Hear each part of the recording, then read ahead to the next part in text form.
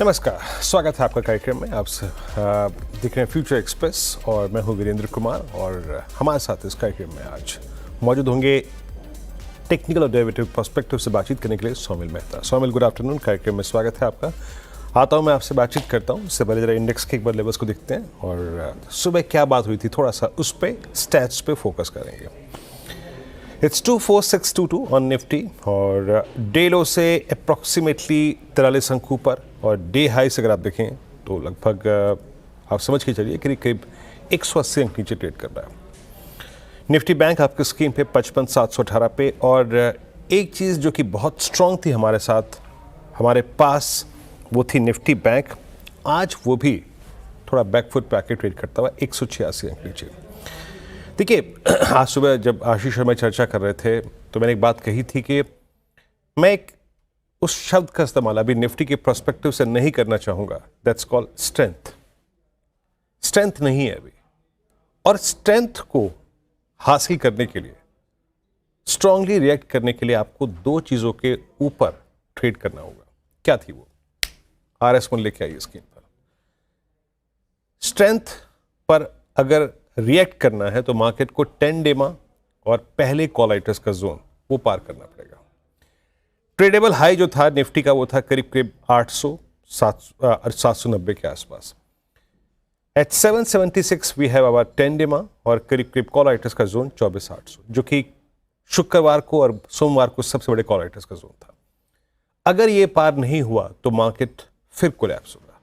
Commentary में clearly mention था, take a short call appropriately. In that case अगर first RS पर एक हर्डल मिले तो सेल करिए। अब देखिए, RS1 के ऊपर की कहानी तो अभी पिक्चर में है ही नहीं, तो अब इसको स्लाइड को हटाते हैं स्क्रीन पे। When you will take a short call on the failure of RS1, you will check your trade. आपको अपने ट्रेड्स को चेक करना है एट बेस 1। अब बेस 1 क्या है जनाब, ये भी समझ लीजिए। इस दौर के सबसे बड़े पोर्ट राइटर्स का, और प्लस थोड़ा सा हमने इंपॉर्टेंस या फिर सिग्निफिकेंस या फिर क्यू 20 डेमा से भी लिया। तो मैंने ये कहा था कि जब RS1 कोलैप्स होगा, RS1 से हम कोलैप्स होंगे, शॉर्ट लीजिए, targeting base 1 on the down side. वो ट्रेड बखूबी गया, शानदार तरीके से गया, और देखिए एक ट्रेड पूरा हो चुका है। हालांकि आप याद रखिएगा, it's too difficult to trade on Tuesday now, बहुत मुश्किल है। बट एक बात है कि बार बार वो 787, 786, 24,800 एक थ्रस्ट जनरेट कर रहा है सेलिंग का, और वो बखूबी आया। और हम आज पूरे दिन अभी तक कोई भी एक साइजेबल अटेम्प्ट नहीं ले पाए हैं on the higher side. Stats क्या कहते हैं, आइए देखते हैं एक बार। कॉल राइटर्स कैसे परसिस्ट कर रहे हैं, इसमें कोई राय नहीं कि 24,800 के कॉल राइटर को जब जब ऊपर से कोलैप्स आ रहा है, एक कन्विक्शन और मिल रहा है और वो और अपनी स्ट्रॉन्ग ग्रिप ले रहा है। Look at outstanding why at 24,800, it's already 1.05 CR, that's huge. और नीचे पुट्स में अभी भी 74 लाख का आउटस्टैंडिंग वाई, बट हमें जितना निष्कर्ष निकालना था उससे हम निकाल चुके हैं। हमें चाहिए था कि हम बेस 1 के आसपास अपने शॉर्ट ट्रेड को कवर कर लें, और वो हो चुका है। तो मैं वकालत यही करूंगा कि अभी भी हमें उसी ट्रेड जोन पे फोकस करना है, और रिवर्सल ट्रेड की भी यहां से गुंजाइश है, यकीनन है, कंसिडरिंग वहां 20 डेमा अलाइंड है, कंसिडरिंग कि 24,600 और 500 की पुट करीब करीब 1,33 लाख का आउटस्टैंडिंग वाई होल्ड करती है अभी, तो ये पुल बैक भी जनरेट करेगा। बट पुल बैक सिंपली कहां तक? It's simply towards 24,700, 740, 780, max to max. अब लेके आइए निफ्टी बैंक। निफ्टी बैंक मैंने क्लियरली कहा था, अगर निफ्टी को अपने RS1 को बाइसेक्ट करना है, यानी 10 डेमा और कॉल राइटर्स के जोन को पार करना है, तो एक चीज बहुत जरूरी होगी। आज का हाई क्या है जरा देखिएगा निफ्टी पर, निफ्टी बैंक पर। ये करीब करीब मैं यहां से देख नहीं पा रहा हूं, इंटरडे हाई है 56,161। सुबह क्या बात हुई थी? हमें अगला मूव जनरेट करने के लिए टुवर्ड्स 56,381 एंड 537 एंड 694 आपको सस्टेन करना पड़ेगा 56,000 के कॉल राइटर्स के जोन के ऊपर। मेरा लेवल था 56,131, नहीं टिका, मिनट भर भी नहीं टिका। अब देखिए क्या है, 56,000 पे आपका आउटस्टैंडिंग हुआ है। लास्ट सेशन में भी मेरे को याद है करीब करीब 20 लाख का हो चुका था। तो ये जो बैंक निफ्टी के ऑप्शन राइटर्स होते हैं, whether it's call whether it's puts, उनके कन्विक्शन बहुत स्ट्रांग होते हैं since they are monthly options. और निफ्टी कोलैप्स हुआ।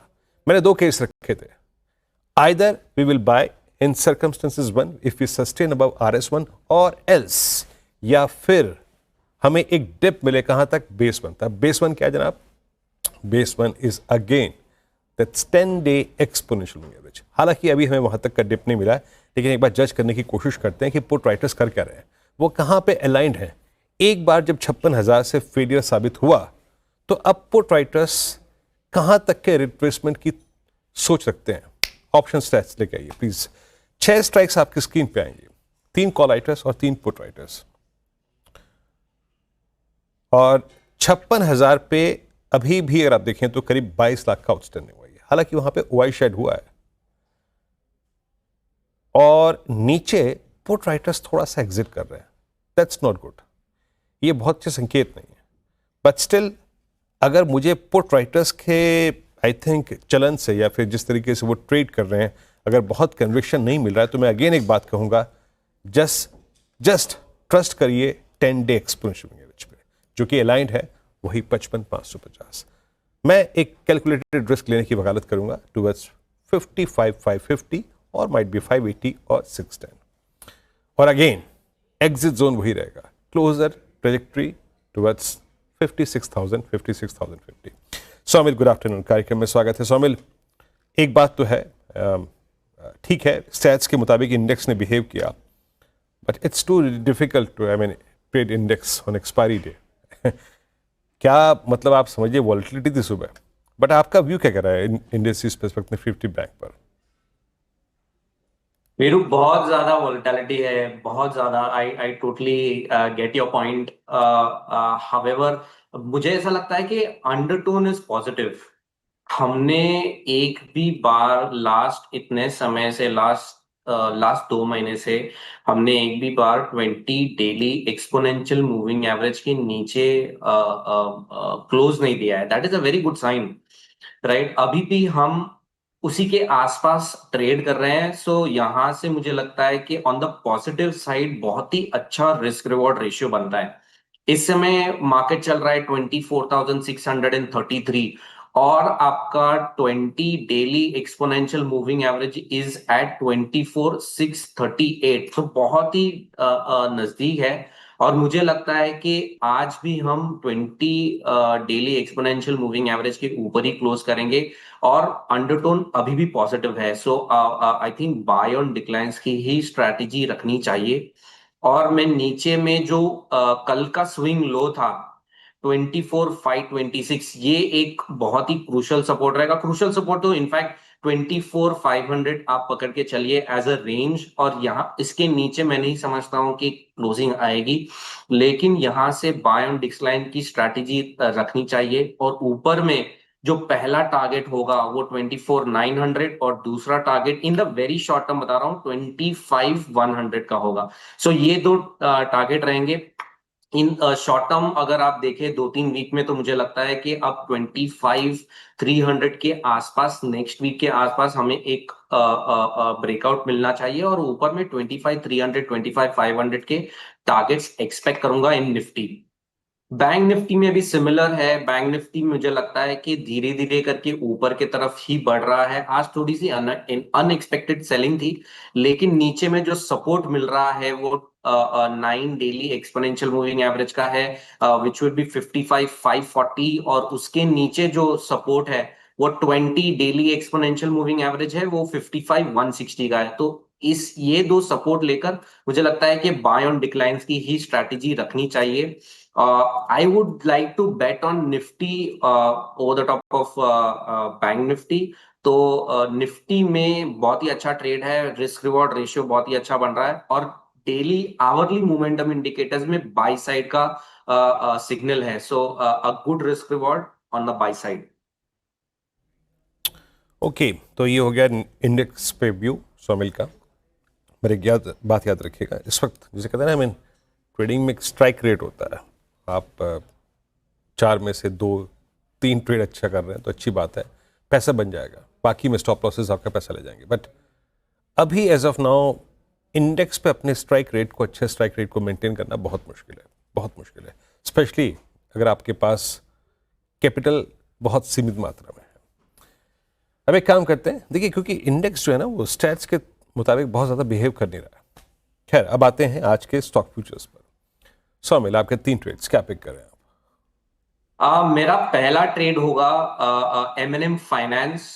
एमएनएम फाइनेंस में एक ट्रायंगल पैटर्न बन रहा है और वो एक छोटे से कंसोलिडेशन में से भी ऊपर की तरफ टूटा है। I am bullish on this. Short to medium term में भी बहुत अच्छा लग रहा है। स्टॉप लॉस होगा 258 और टारगेट होगा 280 का।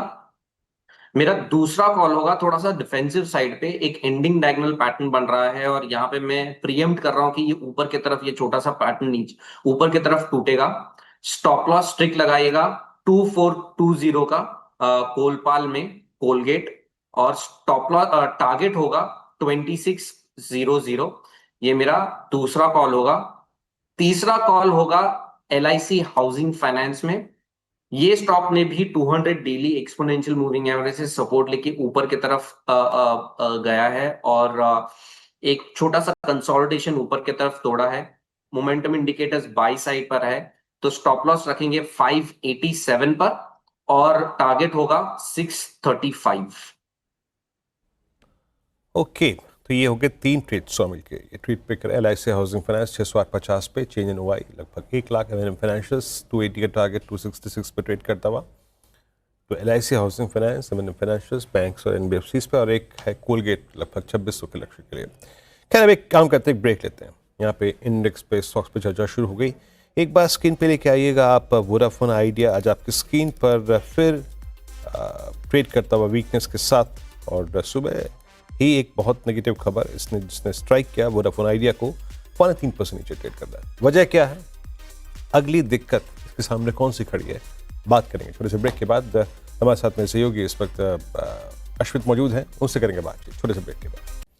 दरअसल वोडाफोन आइडिया की जो दिक्कतें हैं वो कम नहीं हो रही हैं, और सरकार ने भी AGR पर कंपनी को कोई राहत मिले इस विषय पे, इस बात की पॉसिबिलिटी काफ़ी कम लग रही है। क्यों, पूरी खबर को समझते हैं विस्तार से। मेरे सहयोगी इस वक्त अश्वित जुड़ चुके हैं। अश्वित, बताइए क्यों अब पॉसिबिलिटी काफ़ी कम लग रही है किसी भी प्रकार की राहत मिले वोडाफोन आइडिया को ऑन AGR इशू? जो टेलीकॉम मिनिस्टर से लेटेस्ट स्टेटमेंट आ रहा है, उस स्टेटमेंट पे वो साफ क्लैरिफाई कर रहे हैं कि सुप्रीम कोर्ट का जजमेंट जो रहा है वो फाइनल रहा है। हमारी टेबल पे अभी ऐसा कुछ पड़ा नहीं है जिसपे हम गौर कर सके, जिसपे हम कंसिडर कर सके AGR के रिलीफ को। एंड माइंड यू, ये एक रिएटरेशन है। CNBC ने, जो TV18 ने जो सबसे पहले रिपोर्ट किया था कि वोडाफोन आइडिया ने पहली चिट्ठी लिखी थी DOT को अप्रैल के महीने में, और उस टाइम जब सरकार का रिप्लाई आया था तो सरकार ने साफ तौर पे इनकार करते हुए ये कहा था कि सुप्रीम कोर्ट का जजमेंट क्लियर है। जो AGR जजमेंट जिसको हम कहते हैं, वो जजमेंट बहुत साफ है। इस जजमेंट के मद्देनजर हमारे हाथ बंधे हैं, हम ऐसे कुछ रिलीफ कंसिडर नहीं कर सकते स्टेज पे। और इसके बाद हमने देखा कि सुप्रीम कोर्ट में जब वोडाफोन आइडिया ने अपनी अर्जी रखी और इसकी सुनवाई हुई, वहां पे फिर से सोलिसिटर जनरल वहां प्रेजेंट थे, वो DOT को रिप्रेजेंट कर रहे थे, और सोलिसिटर जनरल साहब ने भी यही कहा कि हमारे जो हाथ हैं वो बंधे हुए हैं। सुप्रीम कोर्ट का जजमेंट, AGR जजमेंट बहुत साफ है। सो एट दिस पॉइंट हम किसी वेवर को कंसिडर नहीं कर सकते, वेवर को अलाउ नहीं कर सकते।